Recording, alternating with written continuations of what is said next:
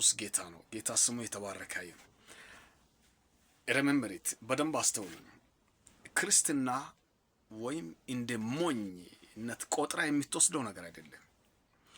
ክርስትና ሲሪየስ ጉዳይ ነው። ኢት ኢዝ ሲሪየስ። አንድ ምሳሌ ልንገራችሁ። የእናንተን ገንዘብ በኪሳችሁም ይሁን በአካውንታችሁ ከናንተና ወይም ከዛ ከሚሰሩ ሰራተኞች ውጪ ማንም ሊያውቀው አይችልም።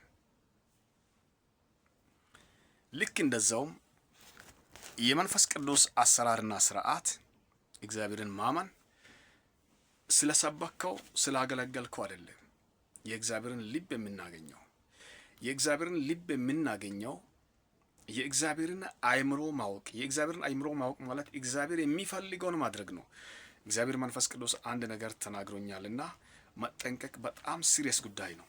በዚህ ሰዓት ላይ የተገለጡ ያሉ ነገሮች ከባድ ነው። እንግዲህ እግዚአብሔር አምላክ በሊዲንግ የሚያደርጋቸው መስመሮችን እሱ ያስተካክልልን።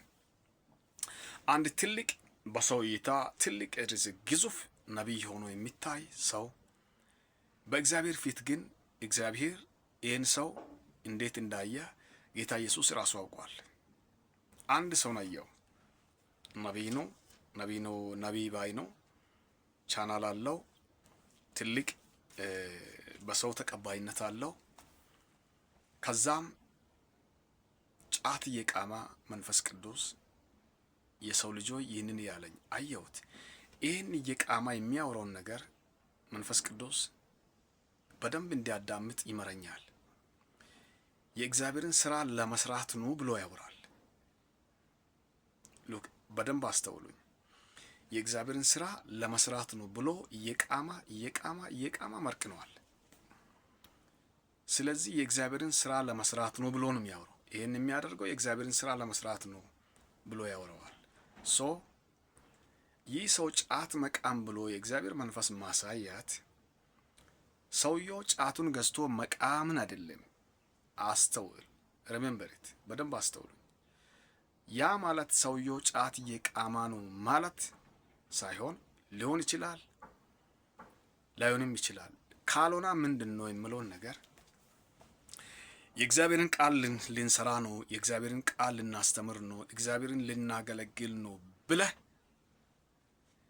የምድር ጣዖትን የምታመልክ ከሆነ ይሳካልኛል ብለህ የምድር ጣዖት ላይ ዋጋ የምትከፍል ከሆነ አካባቢውንም ሁኔታውንም ኮንትሮል አደርጋለሁ ወይም መግዛት አለብኝ ብለህ ሬካማውሲያ ጣዖትን የምታመልክ ከሆነ ጫት መቃም ማለት ይሄ ነው። የእግዚአብሔር መንፈስ ጫት መቃም ብሎ የተናገረው ጫት መቃሙን ሳይሆን ሰውየው የሚያደርጋቸው ድርጊቶች በእግዚአብሔር ዘንድ ተቀባይነት የለውም ማለት ነው።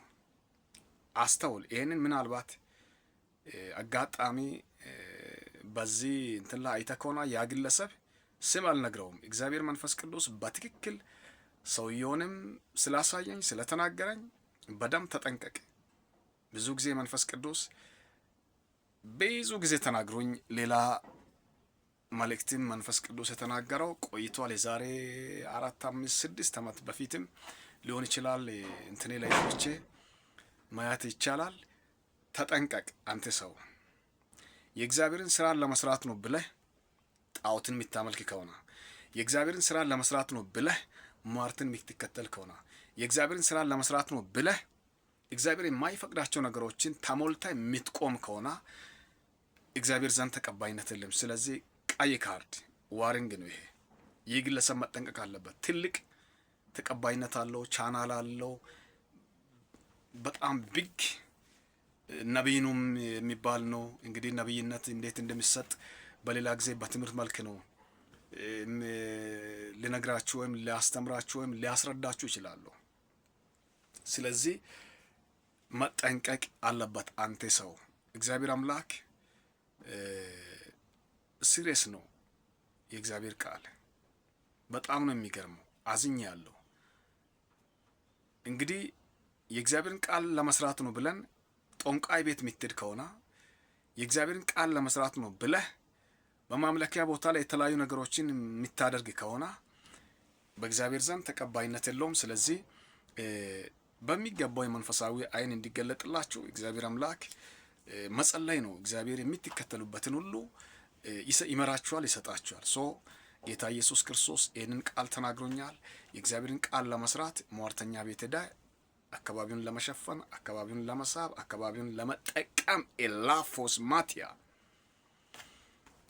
ድርጊቶቹ ሁሉ ከሟርትና ከጥንቆላ ጋር ኮኔክትድ የሚሆን ከሆነ there is no deliverance, there is no blessing፣ ምንም በረከት አይኖረው። ሰዎች እዛ ሄዶ ደርሶ ሳይፈወሱ ይመጣል። ተፈወስኩ ቢል መንገድ ላይ ያ መንፈስ ወይም ያ በሽታ ተመልሶ ይይዝበታል። ስለዚህ ይሄ ሁሉ ችግርና ኬዝ ለምን ይከሰታል የሚለው ነገር በሌላ ጊዜም በብዙ ማስረዳት ላይ እመጣለሁ። ኃይልን ከእግዚአብሔር ለመቀበል አቅማችን አለመኖር ነው። አቅም አለመኖር ነው። ሉክ አንድ ጥያቄ ልንገራችሁ። ለሟርተኛ ያን ጥበብ የሚሰጠው እግዚአብሔር ለአንተ እሱን እንድታገለግል አይደለም እንኳን ለራሴ እንድትኖር እንዴት አይሰጠው? ስለዚህ የሚያስጠነቅቀው ነገር እግዚአብሔር አምላክ ስራውን የእሱን ሰራለሁ ብለህ ጣዖት የሚታመልክ ከሆነ የእሱን ስራ ሊሰራ ነው ብለህ የምትቂም የምታጨስ ወይም የምትመርቅን ከሆነ ወይም የምትወስድም ነገር ካለ የምትወስድ ከሆነ ሲሪየስ ጉዳይ ነው። ስለዚህ እግዚአብሔር መንፈስ ይህንን ተናግሮኛል። ይህን አይተ ምናልባት ራሱ ግለሰብ ሊያይ ይችላል። በፍጥነት ንስሐ ገብተህ በፍጥነት በእግዚአብሔር ፊት ላይ ራስን ንስሐ ገብተህ መመለስ ካንተ ይጠበቀዋል። በጣም ነው የሚገርመው። በጣም ይቅማል። ከዛም ይሄን እየቃማ የእግዚአብሔርን ስራን ለመስራት ነው ብሎ ያወራዋል። መንፈስ ቅዱስ ነው ይሄንን የሚያሳየኝ። አንተ ሰው እግዚአብሔር አምላክ ግሩምና ድንቅ አምላክ ነው። ስለዚህ ሁሉን ነገር የሚሰጥ ነው። ሁሉን ነገር የሚያደርግ ነው። ሁሉ ፓወር አለው። የእሱ ልብስ ልክ የእግዚአብሔር ኃይል ልብስ እንደምንለብሰው መጥቶ ነው በእኛ ላይ እንደ መጎናጸፊያ የሚወርደው። ያን ኃይል ነው። ጌታ ኢየሱስ ስሙ ይባረክ። ስለዚህ መጠንቀቅ አለበት። ህዝብ ደግሞ የምንሄድበትን የምናመልከውን እግዚአብሔርን በጥንቃቄ መከተል ይጠበቅባቸዋል። God Almighty bless you forever in the name of Jesus Christ. Amen.